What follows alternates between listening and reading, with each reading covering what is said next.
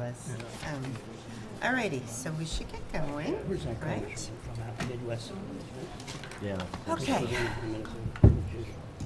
We're getting a little bit of a late start here, so. All right, well, good evening, everyone, and welcome to the Monday, February 11th meeting of the Town Board. It's a regular meeting and workshop, so please join me while we pledge allegiance to our flag. Pledge allegiance to the flag of the United States of America and to the republic for which it stands, one nation, under God, indivisible, with liberty and justice for all. Okay, so before we get started on our workshop, we do have public comment on the resolutions only at this point. So if anyone would like to address the town board at the podium, please do so, just stating your name and address and limiting your comments to 3 minutes. And again, that's just public comment on any of the resolutions before us.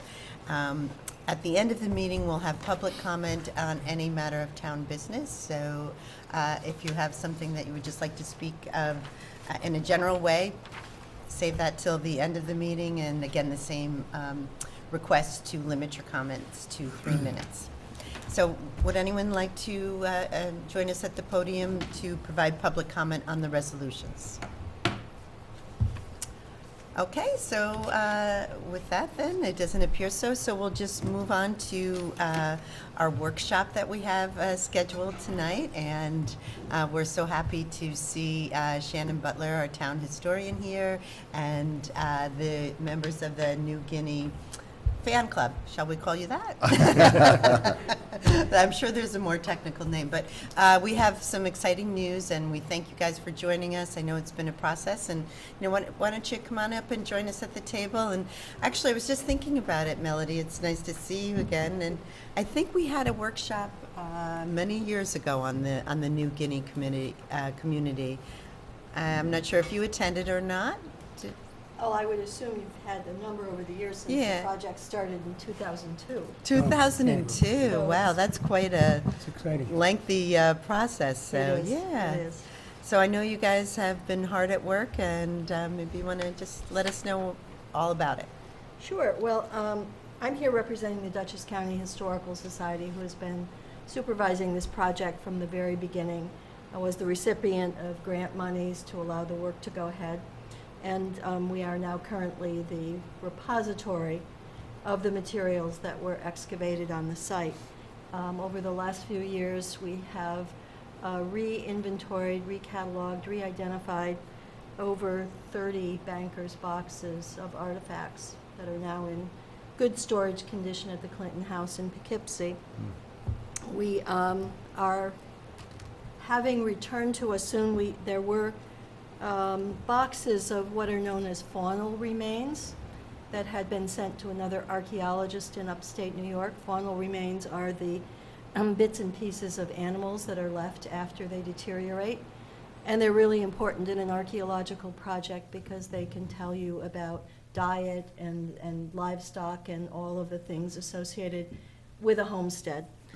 There are some more than 5 or 6 boxes of the faunal remains, some 3,000 specimens that we expect to be returned to us in the spring. They had been sent to another archaeologist for identification, but that particular process was not able to be finalized. We are also in communication with Joe Diamond, who is head of the archaeology program at SUNY New Paltz. And he's going to be meeting with us soon in the hopes that we can identify a graduate level student who can pick up the analysis and do some reporting on what was found there. We have about $5,000 left in the funds that were dedicated for this project that we're hoping to put to good use. I know that you've heard that the property has now been listed on the National Register. We're waiting to get some certificates from Albany, which we will present to you when they arrive. I don't know what's taking so long, but anyway, they're in the works. It is something that you should be very proud of. There are very few archaeology sites that are on the National Register, and this past December, Shannon and Kathleen Davis and I and others were given a State Historic Preservation Award for the work on this project and its listing on the National Register. And everybody was quite complimentary about it, and I know that Shannon's going to talk about the Pomeroy sign. The last thing I would like to bring to your attention, I know you have done some preliminary work on a cultural management plan for the property, or it's been presented to you and you're in the process of reviewing that and thinking about it. It's important, I think, going ahead that you do adopt some sort of plan for the property, largely for its protection and for its interpretation. One of the things that I know was called out in the report that I would urge you to think about sooner rather than later is the securing of the cellar holes. They are open, they are deep, they are unprotected in terms of the resource itself. But important to you as a town also is they are a liability in terms of children or others just walking through the park and falling into them. So that, should they be recovered? The best thing would be to have some kind of an isolating layer, and then they can be filled in with clean fill. So is it possible we could use that $5,000 that's still left in the grant funding to fund that? I think we could consider it. I'm a little selfish about it, in that I think that the highest and best use of it is to continue the intellectual study of the project itself. But if you could get some estimates as to what that might cost, we could look at it. But you could perhaps also be talking to your highway department or others who may have a source of clean fill that would be reasonable. But I do think it is. It would secure the site in terms of protecting it, but I also think it secures the park in terms of public safety. Sure. What was the total amount of the original grant? Do you know offhand? Over the years, the project grant was over $70,000 or $80,000 in terms of the work that was done and the monies that were expended. And what were those monies expended for primarily? Primarily, it was expended through the program that was taking place at BARD. And a good part of that money was spent on the student interns who were doing the summer Oh, they were paid internship. interns. They were paid interns. I see. I mean, we certainly can give you a full report on how that money was. Yeah, that would be worth it. Yeah. But are there other grants that are available that you might know of that you could use to fund? I know that I just received something from the Greenway, their historic preservation grants. Maybe we can apply for one. I mean, we could certainly look at them together. You, as the owners of the property and ultimately the owners of all of the resources that have been excavated, you know, you would have to be the applicant for those grants now going forward. So, but that would be easy for us to do, to be the applicants. But the hard part is writing them. So maybe you can assist us with those. We'd be happy to do that. Typically do have a match, but you know what? It might be an option for us to use that $5,000 as a match, because we could apply for Greenway, and it's typically, you know, matching 50%. So we might be able to leverage that money a little bit. Well, Shannon and I can do some exploring of what's out there and what's possible. Yeah, I just received a postcard today, so I said send it to the town historian. So maybe that would enable us to utilize those funds and others. So we can follow up on that. That's great. Well, that's the extent of my report. I'll turn it over to Shannon. Well, thanks for your commitment and your time on this. I know it's been a labor of love for you. I think it's an extraordinarily unique site, not only in Dutchess County, but certainly in New York State. And it's quite appropriate we're here tonight talking about it during Black History Month. Yeah. And, you know, it's something that you really have great potential in terms of educational programs for the youth of Hyde Park and for the not-so-young as well. Shannon and I are looking forward to a program in the spring when this can be formally planted in the ground, and we can do some sort of a educational program that day to make people more aware of it. Well, great. Great idea. Cool. Thank you. I could answer any questions you might have about the project. Well, I don't know. I think what would be interesting for either of you to just give a general background on the site and and what was involved, and because there may be a lot of people in the community who are not aware of it. So either of you? Yeah, during the Winterfest, I had a sort of a pop-up exhibit that I put together, and it received a lot of positive feedback. A lot of people came up to me and said, what do you mean there were slaves in Hyde Park? What? You know? So yeah, actually there was a great talk. Father Chuck from St. James just did the other night at the fireside talks on slavery in New York. And a lot of people don't realize just how many slaves were in New York State at one time. And a lot of the very wealthy families of Hyde Park, the early settlers, had them, including the Stoutenbergs, the Hosecks, the Bards, had some slaves on their registry there. So this particular site, New Guinea, was part of the Bard property, and it essentially was a community of former slaves that were living on this property. A couple of, I think, freer Quakers that might have been living there, or at least had some sort of ownership to some of the properties that were there. It might have been a stomping ground for some of the runaway slaves that were coming up from the south. It's the road that's there is actually a road that goes back to the 18th century. You can see the stone walls that are still there, still original walls. It's called Fredonia Lane. So is that the area on the, what would be the west side? Yeah, Okay. if you're looking right at the Hackett Hill house, it's on the west side. Just there's that sort of sloop in the ground there, and then up on the hill there, that's Fredonia Lane. And on the west and east sides of that lane were houses, and what we have left are these I should say cellar holes of some of these foundations. Some pretty important people had lived there, including the first sexton at St. James Church, Richard Jenkins. And I think that that history tends to be forgotten. This sign tonight, we're dedicating this sign.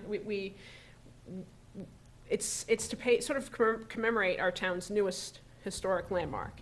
I think that thanks to the William G. Pomeroy Foundation, we've been able to commission a sign and place it on East Market Street, and now people will be able to drive by and see that there's more to Hackett Hill than just meets the eye. There's something else there. We tend to, as Hyde Park, when people come to Hyde Park, or they live in Hyde Park or work here, they think of this area as, oh, the Gilded Age, the incredibly wealthy, country estates, or when they come here, they think of the presidency of Franklin Delano Roosevelt, the New Deal, Eleanor Roosevelt's work in the Universal Declaration of Human Rights. These are all the things they think about, but our history has so many layers, and this is one of them. Edward Brauman, who was one of the early historians of Hyde Park, he knew that this was there. He wrote about it in his historical notebooks. He was well aware that the early settlers, like the Stoutenberg family, had slaves. Olin Dowes, the artist who did the panels at the post office, he included the slaves clearing the land with the Stoutenbergs in one of the panels, and he included Richard Jenkins, who was the first sexton at St. James. And in all likelihood, he was probably still a slave when he became the sexton at St. James, because slavery hadn't quite ended yet when he started working for the church. But he still had a pew all the way in the back of the church, but he did have a pew.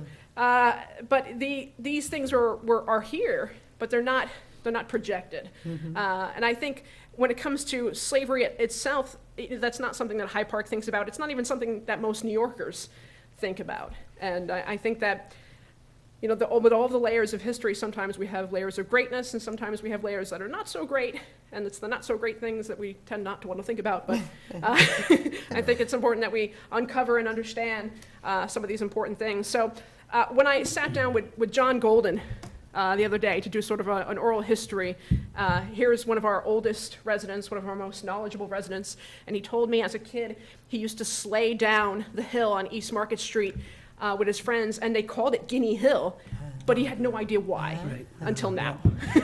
So it's the New Guinea site then, right? And we get that the actual name comes from the Bremen journals. Yes. And he calls it New Guinea. okay. Guinea was a common name in black communities throughout, with the assumption being that that's where they came from. But that is, of course, often not the case. But it was called that, and I think. And so it was probably one of the family's names then, would you say? No, Guinea being from Africa. Oh, Yeah, the part that they were oh, from. I'm yeah. sorry, I misunderstood you to say that it was a common family name. Oh, It was a no. common name for black communities. Yeah. Oh, okay, Yeah. but not a common family or name. post-emancipation communities. Oh, I see. And what's interesting about this is it begins about 1790 and starts to peter out about 1840 or 1850. But it was gradual. The emancipation of slaves in New York was gradual over time, right up into the 1820s. And so you had people moving in here, some who were freed as early as 1790 and others who were freed later. How many families or individuals? It's hard to know. Yeah. There's a map that was done that indicates there may have been as many as 6 or 7 home sites there. Home sites is a big word for something that may have been a very small Sure. building. And so it is hard to tell. One of the great gifts the town of Hyde Park received this past fall, in addition to this, was that the State Office of Parks, Recreation, and Historic Preservation did send down archaeologists from their Field Services Division, and they did an entire mapping of the site Oh, wow. with very modern infrared mapping technologies. So that property, and I can't tell you what the value of that is to you as a town, to have this all now mapped out for future archaeologists and others who Do may we wanna have go. a copy of this? I don't know if you've gotten a copy of it yet from I Chevron. got some sort of GPS markings. I'll have to go through that. Yeah, because that'd be great to have the town clerk have a copy of that for Okay. our Yeah, it's very records. extremely valuable. Okay, oh, that's, And they should be credited with coming, I mean, they're very, very interested in this site. Oh, And wow. are Yeah. willing to help out, I think, going forward. okay, Good, well, yeah. we can ask for a support letter for our grant. You certainly could, you certainly could. All right, So oh, that's great. it's my hope that this historic marker will sort of be the first step in the direction of educating people as a whole, the whole town, people who live here, people who visit it here, that there's much more to this town than meets the eye, and there's more layers that need to be uncovered. And this sign, I think, will hopefully get that ball rolling.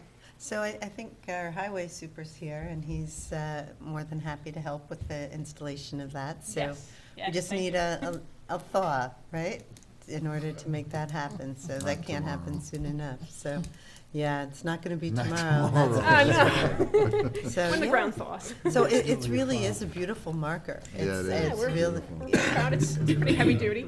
is it possible to, is it too heavy to lift Well, up? let's see if Yes. we can, so everybody can see it. Yeah. Isn't that beautiful? Yeah. Be careful, be careful. There we go. So Yeah. that is in So- all its glory. And where, you've already selected the location? Yeah, it's gonna go right about where the driveway is to the entrance of Happy Hill House. So- I can see a lot of programming Cool. being Yeah. developed around this, even Yeah. for the camp or for different activities, and it's great. I think one of the great things is that since you've got such a great trail already, a trail system already in place there, all you'd have to really do is expand on the signage, the interpretive signage, and maybe get some interpretive material, especially when you've got like the camp directors, the camp directors taking the kids through there. Yeah, Give for them the sure. interpretive materials to work with so they can visit these sites when they've been properly secured. that properly is. secure.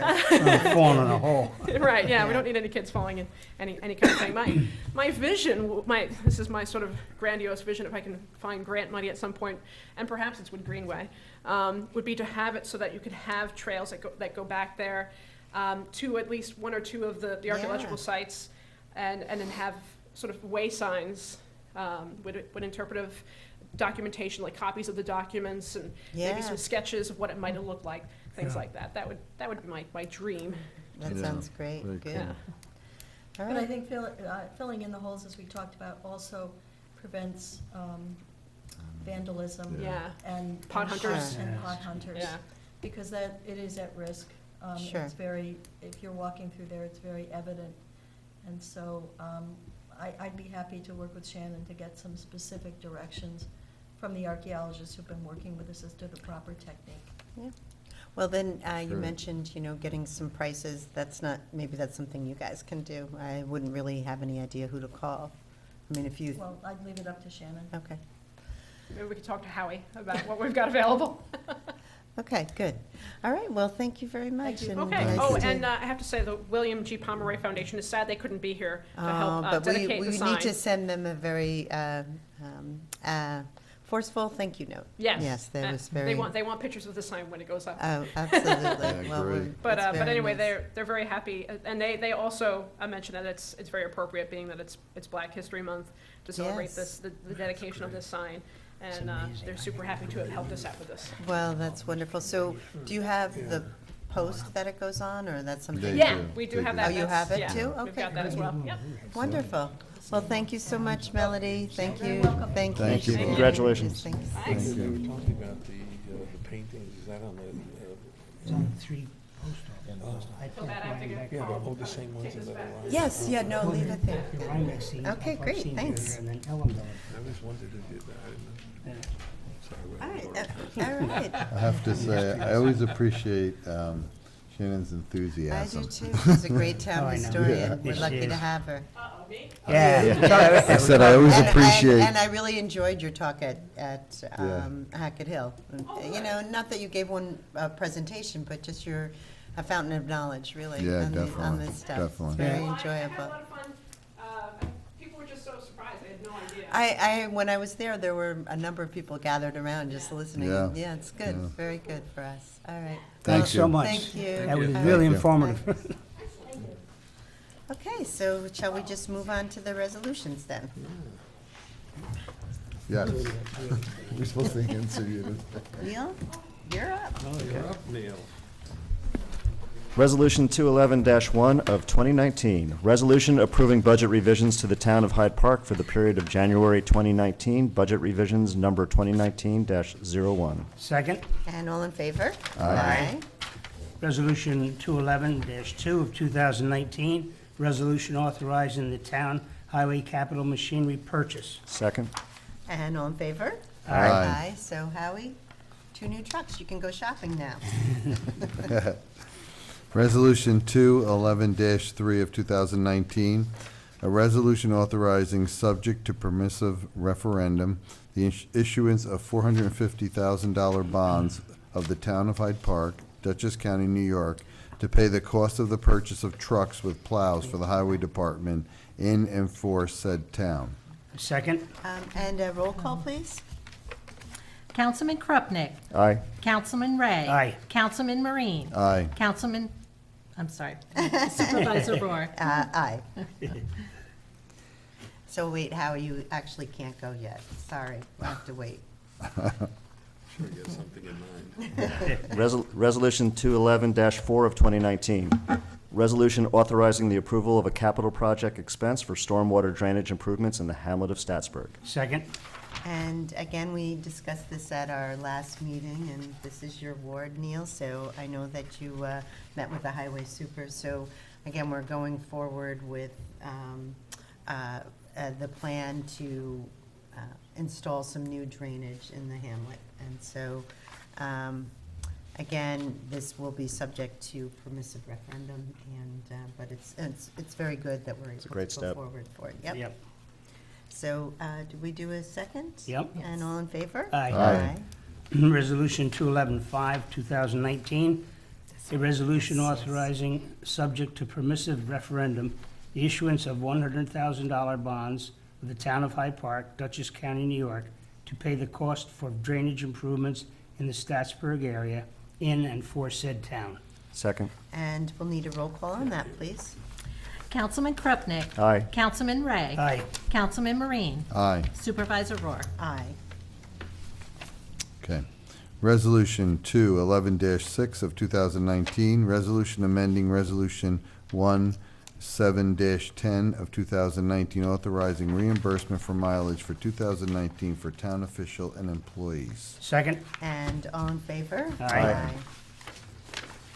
Resolution 211-7 of 2019, resolution authorizing the Town of Hyde Park Town Board to approve the 90-day temporary full-time appointment of Police Officer Brandon Ewing to the Town of Hyde Park Police Department. second, And all in favor? Aye. And we have Brandon here, and our police chief and our lieutenant, so thank you. Rob, did you want to say a few words, or? swear.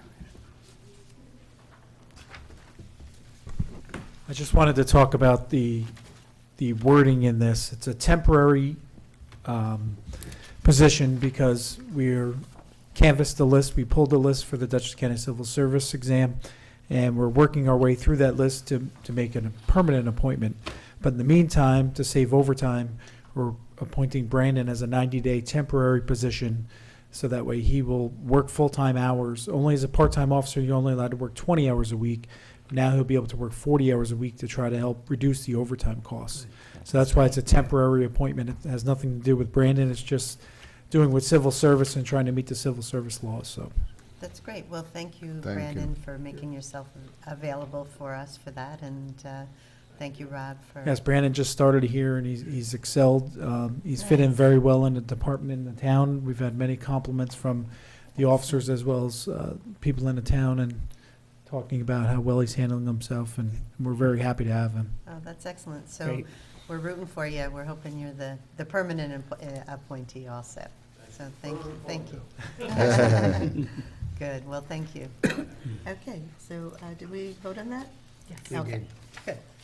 And the last one, I guess, Resolution 211-8 of 2019, resolution accepting the New York State Comptroller's Report of Examination of the Town of Hyde Park payroll and time records for the period January 1, 2017 to March 6, 2018, dated February 2019. Second. And, yeah, I just have to say a few words on this. I mean, those dates, January 1st, 2017 through March 6th, 2018. The state comptrollers were in the town hall for 15 months and really went through many areas of our financial records with a fine-tooth comb. But ultimately, because there were no reasons for further investigation, the only thing that they did identify was possibly that payroll could be a point of weakness. So they spent many, many months going through each one of our payroll records and found the very little, in fact, nothing, Right. essentially, that. So they, the audit objective was to determine whether the town's payroll and time records were accurate. So the key findings were that town officials established adequate procedures to ensure that payroll and time records were accurate. They tested the payroll and time records of 30 employees over 22 payroll periods, totaling $1.5 million, and found that they were properly recorded, calculated, and paid. So their key recommendation was simply that town officials should consider using electronic timesheets files instead of printing paper copies to file, just to save paper. But I'm really very proud of this audit, and definitely want to express my gratitude to the comptroller's office, and especially Sandy Bruno, our human resource person, for her incredible dedication, right? I mean, you all work with Sandy, and it's really quite an honor to have received such positive support. So, Absolutely. So we really feel good about that. So. We do. And they were very pleasant to work with. The auditor was very professional, and on the exit interview, they basically said, you know, if we ever have any issues that we'd like to discuss with them, that they're there for us, and that we should give them a call. And so overall, it was a really good experience. Great.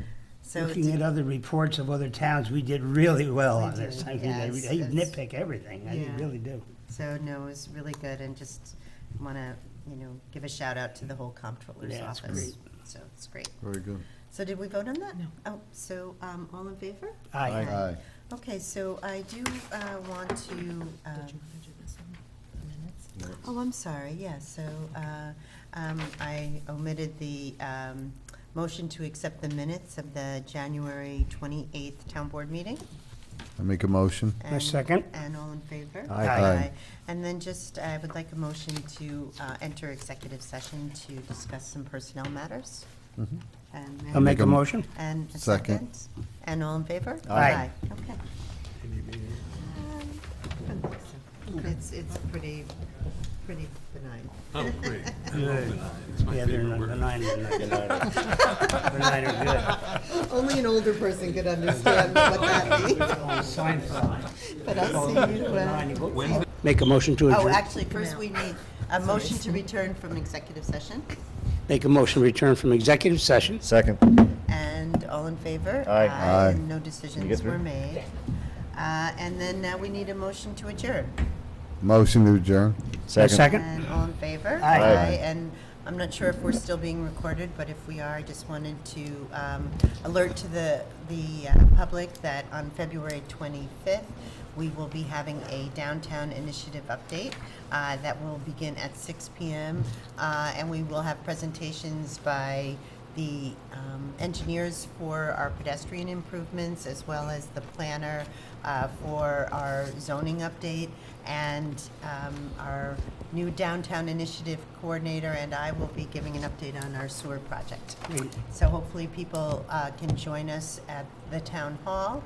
There will be opportunities to ask general questions as part of the meeting, and so we look forward to seeing a lot of the public here. That's a 6 o'clock start, right? 6 o'clock start. February 25th. Very good. Okay, great. That's it. Thank you. Thank you. Good night, everybody. Thanks, Tony. Thanks, Tony. Oh, we'll see you tomorrow. 6, at 6. At 11, right?